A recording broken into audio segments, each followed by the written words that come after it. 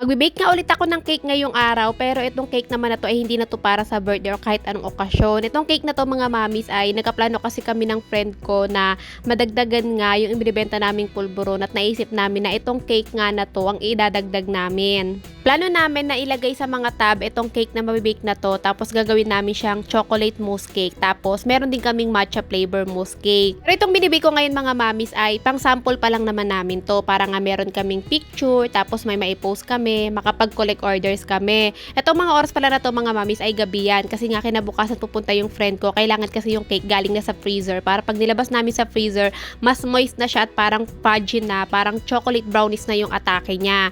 So habang inaantay ko mabake yung cake, naisipan ko na mag-aantay naman ako ng mga 45 minutes, laban ko na lang itong mga basahan na araw-araw kong ginagamit dito sa kusina, pati na rin itong mga apron na ginagamit namin tuwing gagawa kami ng mga pulboron. Actually, itong mga apron naman na ginagamit namin, malinis naman to, kaya lang kasi napasama siya sa mga basahan na madumi, kaya kailangan ko na lang ulit siyang labhan. Tapos nagpalit na lang din ako ng basahan na isa kasi medyo madumi na.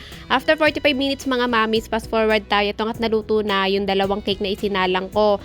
Medyo papalamigin ko lang muna yan bago ko siya ipasok sa rep. So kanina nga habang nagsasalang ako ng mga basahan, pati ng apron doon sa washing, si Ate nalabas ng kwarto at sabi niya gusto daw niya kumain ng kanin. Nakala ko kasi hindi siya kain, kaya hindi na ako bumili ng ulam namin. Buti na lang may itlog, kaya ito nagprito na lang ako ng isang itlog, tapos meron pa namang kanin, kaya ayun, nag-init na lang din ako ng kanin. So pag nagluluto pala ako ng itlog mga mamis, kahit itlog lang yung ulam namin, hindi na ako naglalagay ng asin. Laban-laban na lang sa ketchup. Isang itlog lang pala yung niluto ko kasi konting kanin lang naman daw yung gustong kainin ni Atina. So pagkabigay ko kay Atina ng pagkain niya, ito at natapos na rin naman na ako magpaikot sa washing ng mga basahan. Dito ko na rin pala to binanlawan mga mamis, tapos dinrain ko. Piniga ko lang ng konti para nga hindi tumulo. Pero itong mga malalaking basahan na isinabay ko, hindi ko napipigain yan mga mamis kasi nga masyado nang mabigat, baka mapersa yung braso ko. Kaya hantayin ko na lang muna siyang tumulo pa doon sa washing habang sinasampay ko tong mga maliliit na basahan, pati na rin nga yung eco bag, pati na rin yung mga apron. Akalain mo yun, dapat talaga mga mamis ay matutulog na ako, pero naisip ko na kailangan ko nga palang mag-bake, kaya ito bago ako matulog, ang dami ko pang nagawa tuloy. Pero okay na rin tong mga mamis, para bukas ko sakaling dumating nga yung friend ko, wala na kaming masyadong maraming gagawin, konti na lang, tapos mas lamang na yung chismisan. Nung natapos naman na ako magsampay, sulit ko namang ginawa, hinugasan ko naman na yung mga pinagamitan ko sa pagbibake ng cake, para kinabukasan ay wala na akong hugasin. Fast forward nga ulit tayo mga mamis, kinabukasan naman pagising ko ng mga bandang tanghali, dumiretso agad ako dito sa kusina dahil para mag-asikaso ng pagkain namin. Sakto naman nung araw na to ay walang pasok si daddy sa trabaho, kaya naman nag-request siya ng ulam na gusto niya. Bago pa nga ako magsimulang mag-setup ng camera ay nakapagsaing na ako, dahil alam nyo naman pag red rice or di naman kaya brown rice ay matagal talagang isaing to or malatagal talaga siyang maluto. Bali ang na-request palang ulam ngayon namin ni daddy mga mamis ay unhealthy food na merong konting healthy.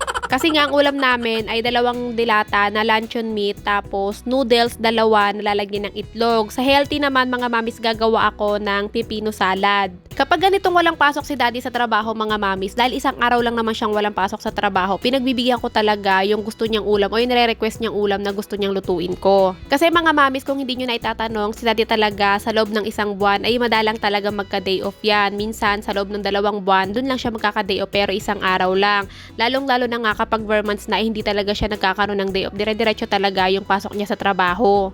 Kaya naman kapag walang pasok si daddy sa trabaho at nagre-request siya ng gusto niyang ulam, pinagbibigyan ko talaga siya kasi deserve naman niya. Minsan nga mga mamis, kapag wala siyang pasok, nahihiya din talaga si daddy sa akin na mag-request ng gusto niyang ulam, kasi nga iniisip niya ako dahil alam niya yung re-request niyang ulam or yung gusto niyang kainin ay bawal sa akin. Pero lagi ko naman sinasabi sa kanya na okay lang naman yun kasi isang araw lang naman, tapos pwede naman akong bumili ng ibang ulam na para sa akin, para lang makain niya yung gusto niya. Ano man lang ba, yung isang araw lang naman ako mag-a-adjust sa ulam namin, sa araw-araw na pag-a-adjust ni Atina at ni Daddy sa mga ulam na niluluto ko, dahil ngayon lang yung mga pwede sa akin. Pero alam niyo mga mamis, minsan naman din talaga, meron ako mga pagkain na nakakain na bawal sa akin, pero hindi ko lang talaga kinakain. Baboy, veep, soft drinks, at kung ano-ano pa nga. Pero yung mga nakakain ko naman mga mamis na sinasabi kong bawal sa akin, hindi naman siya totaling bawal sa akin. Pwede naman akong kumain nun, pero dapat yung konti lang, yung talaga mawawala lang yung takam ko. Pero gaya nga sinabi ko kanina, baboy, beef, soft drinks, never na talaga akong kumain yan simula nga nung nagkasakit ako. So anyway, nag-share lang naman ako kung ano yung ulam namin, pero kung saan na naman ako nakarating, kung ano-ano na naman mga nakwento ko sa inyo. So habang niluluto ko na nga yung luncheon meat, ito at hiniwa ko naman na yung pipino, kamatis at sibuyas. So, ganyan lang yan mga mamis, hindi ko natitimplahan yun ng asin or kahit anong timpla kasi nga alam naman natin na maalat na tong dilata. So, nung naluto na nga itong luncheon meat, sinunod ko naman itong Lucky Me or itong noodles.